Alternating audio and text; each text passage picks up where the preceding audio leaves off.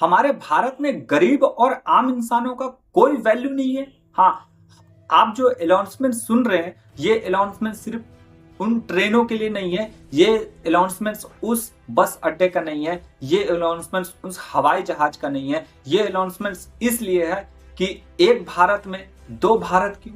हाँ, और एक भारत वो जहां अमीर लोग हवाई अड्डों पर पहुंचता है और जब 4 से 6 दिन का फ्लाइट बंद होता है तो वहां चीखों पुकार मच जाता है। जहां अमीर आदमी का बैग बिखरा होता है, अमीर आदमी का शूज बिखरा होता है, अमीर आदमी का कपड़ा बिखरा होता है, जब चीख पुकार करता है तो उनकी चीखे पुकार संसद में भी गूंजने लगता है। उनकी चीखे पुकार सरकार के पसीने तक छुड़ा देता है। उनकी आवाज इंडिया के प्राइम टाइम न्यूज चैनल में भी हेडलाइन बन जाता है और सरकार इसको गंभीरता से लेता है और उनको इंसाफ देता है और फिर ये वादा करता है कि आज के बाद ऐसा नहीं होगा।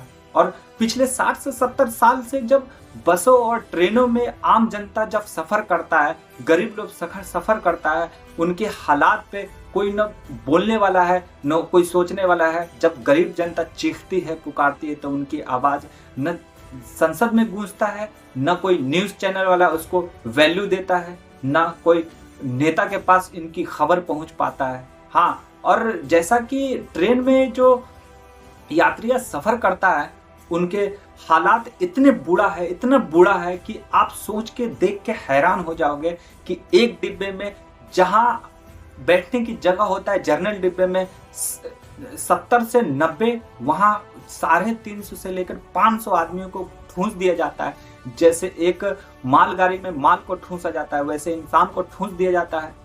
क्यों? वहां सिर्फ टिकट सस्ता है, वहां का जनताओं का बेग सस्ता है, वहां का जनताओं का वैल्यू कम है।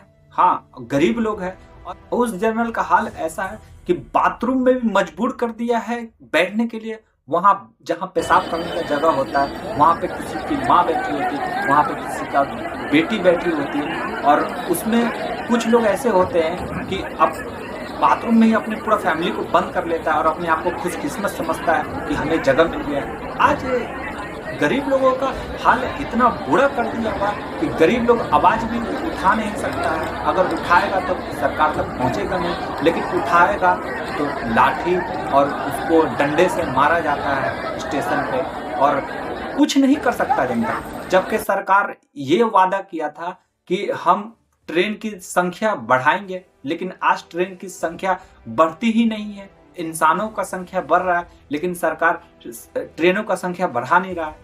हाँ, और जो सरकारी कर्मचारी है, सरकारी कर्मचारी का पद 300 से ज्यादा पद खाली है, लेकिन सरकार 300 नौकरी नहीं देता है।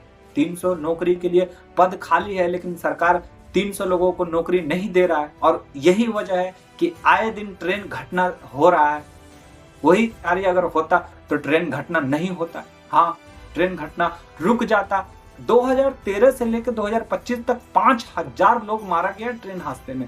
अगर ट्रेन हादसे में 5000 लोग मारा गया है लेकिन आप 300 पद को खाली रखते हैं, तो आपको ये समझना चाहिए कि कुछ कर्मचारी अगर होता एक्स्ट्रा या फिर पद तक ही होता तो आज ये घटना कम से कम होता। हाँ, लेकिन गरीब और अमीर में इतना बड़ा फर्क कर दिया है कि एक हिंदुस्तान में दो भारत होने बोलने पे मजबूर कर देता है इंसान को कि एक भारत वो हो जो अमीर इंसान का चीखो पुकार को एकदम गंभीरता से लेता है। अगर आवाज भी उठाए तो उसको बेरहमी तरीके से डंडों से पीटा जाता है और पीटने के बाद उसको लातों घूसों से उसको साइड कर दिया जाता है। क्यों? क्योंकि हमारे हिंदुस्तान में गरीब और अमीरों का फर्क इतना बड़ा है कि इंसान गरीबों का कोई वैल्यू नहीं करता है। हाँ, और इसीलिए हमें फिल्म का वो डायलॉग याद आता है, अमिताभ बच्चन का लवारिस फिल्म का।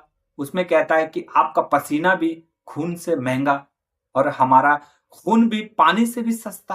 हाँ, और हमारे हिंदुस्तान में यही चल रहा है।